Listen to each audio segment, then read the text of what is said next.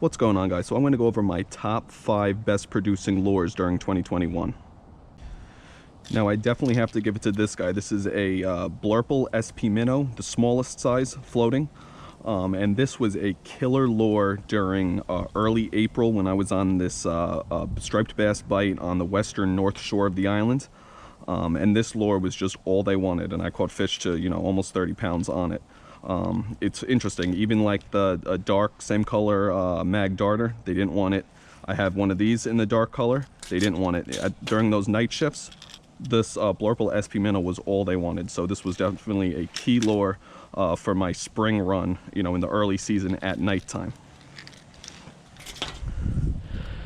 Now also in the early spring, I found this is my first year using the Yo-Zuri Hydro Minnows, but I found this to be my best daytime lure in the early spring North Shore for striped bass.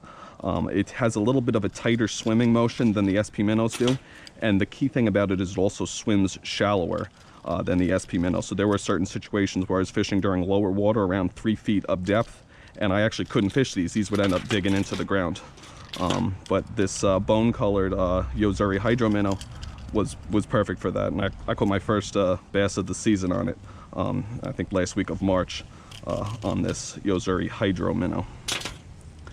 Also, this is a I believe it's a 7.5 inch or 7-inch bomber in a green color. I actually found this one day, but this ended up being my best lure for those May jumbo bluefish. Something about it, they love this more than anything else. It's got a real wide wobble to it, much wider than other minnow type lures. And this was just the second it hit the water, they were just all over this thing. As you can see, it got some good wear on it. But yeah, this was a great lure for the those giant bluefish in the late spring. And then for pelagics this year, I mean, the only really pelagics I got into this year is because it was such a bad year for most of them was Spanish mackerel. And usually I did do very well on the Spanish mackerel with those little deadly dick lures, but they didn't want any tins this year. I only had luck on this pink hoagie epoxy jig. And yeah, this is what I call all my Spanish mackerel of the year on. So definitely got to add this to the list. And then finally, these Storm 4-inch pearl colored swim shads.